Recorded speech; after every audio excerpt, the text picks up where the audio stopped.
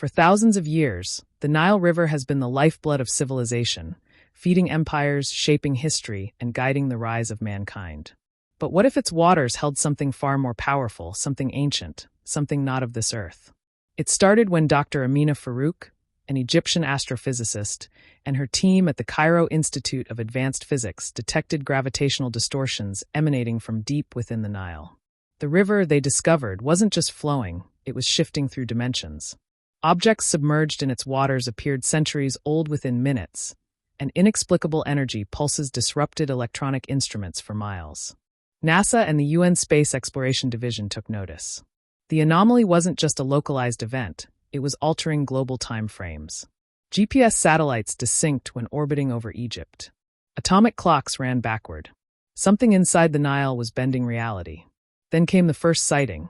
Satellite scans revealed a structure buried beneath the river, something older than human civilization, a black, non-terrestrial construct, resisting all forms of excavation. But when divers approached, they saw something more terrifying. Figures walking beneath the water, humanoid but wrong. Their eyes glowed silver, and their bodies rippled like a mirage. The military sealed off the area, but it was too late. The anomaly widened, expanding outward. At first, it was just a few isolated cases, fishermen disappearing and reappearing days later speaking in ancient Egyptian dialects. Then it spread, swallowing villages and releasing figures from different timelines, Roman soldiers stumbling into modern-day Luxor, entire boats vanishing from the river's edge. And then the first message came. Amina decoded the signal, a frequency buried in the gravitational waves. It was not a natural phenomenon. It was a message from something inside the rift. You are not the first. You are not the last. Before the team could respond, a breach erupted over the Nile's surface. The waters froze in midair, bending like liquid glass. And from the vortex they emerged. Tall, biomechanical beings cloaked in shimmering energy, resembling figures carved into ancient hieroglyphs. Their presence disrupted time itself. Amina watched her own past self standing beside her, mirroring her every movement before fading back into the ether. The entities spoke, not in words, but through flashes of memory directly into her mind. They called themselves the Khepri, an interdimensional species who had once ruled over Earth, until they were betrayed. The Nile was our gateway, a bridge between dimensions. Your ancestors closed it, fearing what lay beyond. But the seal is breaking. And now they are coming. Amina barely had time to process their warning before the sky ripped open, and something far worse emerged, the Devourers. Towering forms, writhing masses of shadow and plasma, tearing through reality itself. The Khepri turned to face them, their bodies splitting into multiple versions of themselves, fighting across different points in time simultaneously. The Nile churned, reversing its flow, opening portals across Earth's history. Pharaohs from the past, scientists from the future, and warriors from unknown worlds were all drawn into the battlefield. And at the heart of it all, Amina realized the Nile wasn't just a river. It was a cosmic failsafe, a lock keeping something far worse from entering our reality. But now that lock was broken, and time was running out. The world was collapsing into itself. Amina Farouk stood at the edge of the Nile Rift, watching fragments of time break apart. Ancient Egyptian pyramids flickered into existence in modern Cairo. Futuristic towers loomed on the horizon before vanishing, and ghosts of past civilizations walked side by side with present-day humanity. The Devourers had come. Colossal, amorphous beings of swirling void, tendrils of pure gravitational force extending from their towering forms, they didn't move in a way that made sense. Instead, they warped space, dragging themselves forward through distortions in reality. Where they stepped, time unraveled. And yet, the Khepri fought them, not with weapons, but with time itself. Amina saw it happen. One Khepri warrior split into 4 versions of himself, existing simultaneously in different timelines. One died instantly, cut apart by a Devourer's gravitational lash. But another version appeared behind the attack, having already anticipated it from a previous iteration. It was a war beyond comprehension. But Amina wasn't just watching, she was hearing them. The Devourers weren't mindless monsters. They were speaking. And they were furious. You were meant to end. Amina staggered back as the words pierced her mind, a voice that didn't use sound but something deeper, woven into the fabric of reality itself. She saw flashes of memory, a history that wasn't hers. A past buried so deeply that even the Khepri had forgotten. Long before humans walked the earth, the Khepri had ruled, not as gods but as custodians. They weren't invaders. They were engineers of reality itself, shaping entire worlds to create stability across dimensions. But they weren't alone. The Devourers, known in their own tongue as the Ankith, were something far worse than an enemy. They were a natural consequence of interdimensional interference. Every time the Khepri moved through time, every time they bent reality, the Ankith fed on the fractures left behind. They didn't destroy out of malice. They consumed because that was their nature. Time and gravity were their sustenance. For eons, the Khepri had kept them at bay, sealing unstable dimensions, closing rifts before they could grow. But something happened, something catastrophic. The humans interfered. Not intentionally. Not even knowingly. But when humanity evolved, when their civilizations flourished, they did something no species had done before. They left traces of themselves across time. Ancient Egyptians, Mayans, Sumerians, they built structures designed to outlast time itself. The pyramids, the great temples, the stone calendars, all of it anchored time in ways that disrupted the natural order. And the Devourers took notice. Amina gasped as the truth struck her all at once. The last war between the Khepri and the Ankith had nearly annihilated Earth. The rift at the Nile had grown too unstable, and the only solution was an extinction event. The Khepri had made a terrible choice. To prevent the Devourers from feeding on Earth's fractured time flow, they had been prepared to wipe humanity out entirely, resetting the timeline to avoid further interference. But then something impossible happened. Humanity survived.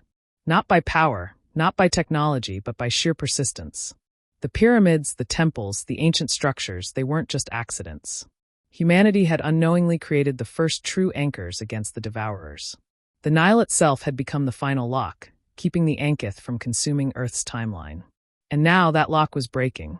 A Devourer loomed over Amina, its form shifting, flickering between millennia of existence, as if undecided which version of itself it wanted to be.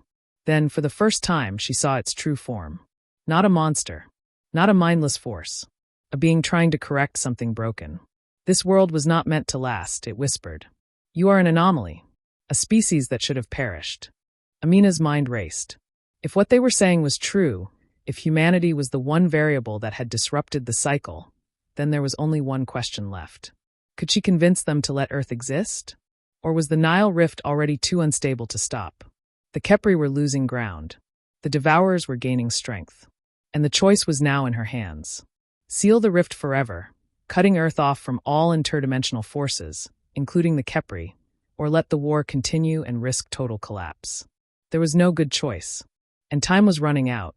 The war across time raged on. The Khepri fought in shattered timelines, splintering into multiple versions of themselves, some victorious, some dying before their own past selves could react. The Devourers, the Ankith, moved in ways that defied physics, rewriting reality as they consumed it. And at the center of it all, Dr. Amina Farouk stood between two impossible choices. The Nile Rift was collapsing.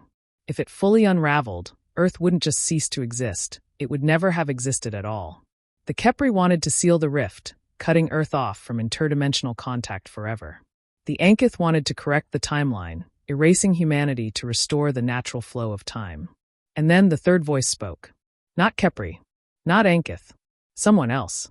Amina gasped as the Nile itself shifted, parting like glass, revealing a figure standing inside time itself. It wasn't a Khepri. It wasn't a Devourer. It looked human. A man in a long, deep blue robe, his eyes glowing with the same silver light as the rift. But he wasn't from the present. No, Amina knew his face. She had seen him before. In stone reliefs inside the pyramids. In lost papyrus scrolls. In ancient myths passed down as stories. Imhotep, the legendary architect of the first pyramid. The high priest. The scholar. But he had vanished from history. Now she knew why. He had never left. You finally see, Amina. His voice echoed, layered with 1,000 versions of itself. Past. Present. Future. I was the first to understand the paradox. And I was the first to break it. Amina's blood turned to ice. Break it? Imhotep raised his hand, and the entire war froze. The Khepri stopped mid-motion, their forms splitting but unable to move forward. The Ankith's tendrils hovered in place, no longer consuming time. Everything stopped. There is a way out, Imhotep continued. A reset. Amina felt the weight of his words before he even explained. Humanity wasn't supposed to exist. The pyramids, the temples, the Nile Rift, they were anchors disrupting time itself. The Khepri had fought to protect Earth. The Ankith had fought to consume it. But Imhotep had found a third option. I can reset this timeline. I can rewrite history to the way it was supposed to be. No war. No paradox. No suffering. But his eyes locked onto hers. It means humanity as you know it will never have existed. Amina felt the world spinning. Was this why the Khepri vanished? Had they tried to protect humanity once before, only for someone, maybe even Imhotep himself, to choose a reset? Was that why the pyramids were built? Not to glorify kings, but to anchor a timeline that wasn't supposed to exist? The Ankith had been correcting a mistake. And the Khepri? They had been preserving an anomaly called humanity. You see the truth now, Imhotep said, stepping forward. Your ancestors already made this choice once. The cycle repeats. Every time, someone stands at the threshold. And every time they must decide. Do we let humanity remain, or do we correct history? Amina's mind raced. If she refused, the war would continue, until either the Khepri sealed the rift or the Ankith devoured the earth. If she accepted the reset, humanity would be erased. History rewritten. The pyramids would never have existed. The rift would close permanently. Earth would become just another unremarkable planet. There is no shame in choosing oblivion, Imhotep whispered. Underscore it would be peaceful. No suffering. No war. No endless cycle, underscore. All you have to do is say yes. Amina looked at the frozen battlefield. The Khepri stood still, waiting. The Ankith loomed, silent. The rift pulsed, unraveling. And she realized, the entire universe was waiting for her answer. The rift pulsed. Amina stood between two impossible choices. Wipe out humanity to restore the timeline or fight against forces beyond her understanding to keep Earth as it was. But deep inside, she knew the truth. Neither option would work. The Khepri had tried sealing the rift before. The Ankith had tried consuming time itself. Both had failed. And now, Imhotep was offering a reset. But what if erasing humanity wasn't the answer? What if there was a third path? A way to let Earth exist, without breaking the universe? Amina closed her eyes. She thought back to the first anomaly, the moment they discovered that the Nile wasn't just a river, but a multidimensional rift. It wasn't just a random tear in reality. It was a system, a cycle, a flow. Amina's mind raced. What if the Nile Rift wasn't meant to be closed, but redirected? She turned to Imhotep. You said the pyramids were built as anchors, to hold this paradox in place. But what if we don't need anchors? What if we make the rift part of time itself? Imhotep's expression flickered with uncertainty. You wish to stabilize the rift, while keeping humanity intact. Amina nodded. Instead of treating the rift as an anomaly, we integrate it. We make Earth a natural part of the multiverse. The Khepri warriors, frozen in time, suddenly shifted, their eyes glowing in recognition. She understands, one of them whispered. But the Ankith, the Devourers, did not respond with rage. Instead, they paused. For the first time, they hesitated. Amina felt their presence inside her mind, not as destroyers, but as engineers of reality. The Ankith had been feeding on fractured time because Earth had always been an outlier, a mistake in the universal timeline. But what if it wasn't? What if Earth wasn't meant to be erased or reset? What if it was meant to evolve? Amina turned back to Imhotep. What if we let the rift flow through Earth permanently? What if, instead of fighting against time, we let time become part of our existence? Imhotep's gaze darkened. That would change humanity forever. Yes, Amina said. But it would also save it. A ripple spread through the rift, and suddenly, the pyramids began to shift. Their stones vibrated, emitting a new frequency, one that resonated with the rift itself. The Khepri kneeled in unison, acknowledging what was happening. The Ankith stopped consuming, instead they watched. Waiting. And then the Nile changed. Its waters turned translucent, revealing an entire second reality beneath it, an Earth that had already merged with the multiverse. A future that had already happened. Amina's plan had worked. Earth was no longer a paradox.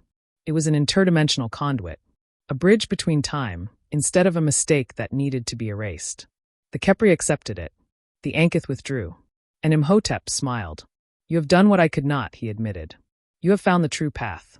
The war was over. And the Nile? It flowed forward once more, not just through Egypt, but through time itself, carrying humanity into a new existence. When Amina opened her eyes, she was no longer in the past. Or the present. She stood in a city that was both ancient and futuristic. The pyramids still stood, but now they hummed with energy. The sky was filled with floating structures, and in the distance, she saw beings that were neither fully human nor fully alien. A civilization born from the merging of two worlds. Earth was no longer just a planet. It was a nexus, a place where timelines converged, where past and future coexisted. And Amina? She had become its first true guardian of time. The Nile paradox was no longer a mystery. It was the beginning of something greater. The world had changed. Earth was no longer just a planet. It was a nexus, a place where time and dimensions flowed together in a controlled, stabilized current. The Nile Rift was no longer a wound in reality, but a conduit, allowing humanity to exist across multiple states of time simultaneously. But what did that mean for the people who lived on this new Earth? Amina Farouk knew something was different the moment she stepped outside. Cairo, or at least what used to be Cairo, was a fusion of multiple versions of itself. Ancient Egyptian temples stood alongside modern skyscrapers, both real and both existing at the same time. People walked the streets in phased timelines, some appearing as they were from different centuries, flickering between states before solidifying into their new forms. The past had not vanished. It had merged into the present. And yet, there was no chaos. People adapted. Quickly. It was as if their minds instinctively understood the shift. The human brain, designed to adapt to change, had found a way to process multiple realities at once. The Khepri had anticipated this. The Ankith had retreated because of it. But Amina wondered, was this an evolution? Or were they becoming something else entirely? Within days, reports surfaced of strange new abilities among Earth's population. Dimensional memory. People could recall not just their past, but alternate versions of their past. Historians could see events from multiple perspectives. Scientists remembered discoveries they had never actually made. Temporal instinct. Some individuals could sense time in a way they never had before. Pilots could anticipate turbulence seconds before it happened. Musicians played notes from forgotten ages. Phase walking, the rarest and most terrifying ability. Some people, mostly those born near the Nile Rift, found that they could move between versions of reality, stepping into an older or newer version of Earth at will. The governments of the world scrambled to understand what was happening. But there were no experts in dimensional evolution. And then the first time breach occurred. It happened in Giza. A pharaoh walked out of the sands, his robes untouched by time, his eyes glowing silver. Ramses II. Not a ghost. Not a vision. The real Ramses II. And he wasn't alone. From different parts of the world, historical figures began appearing: Alexander the Great, ancient Chinese emperors, medieval knights, even explorers from the distant future. They weren't resurrected. They had simply crossed over. The Nile Rift was no longer just a passive conduit. It had become a two-way bridge. Time wasn't just stabilizing, it was rewriting itself. The night sky split open. A great golden vessel, not a ship, not a structure, but something alive, descended over the Nile. The Khepri had not left. They had only been watching. Amina knew what was coming before they spoke. "You are no longer human," one of them said, his form shifting between pharaoh and machine, warrior and scholar, past and future. "You are something new.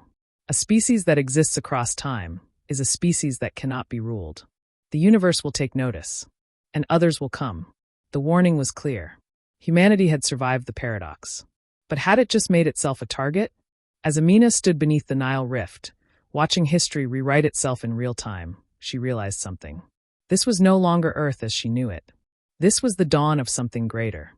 The age of the Nileborn. The first species to exist outside of time. And they weren't alone. Somewhere beyond the rift, others were watching. And soon they would come.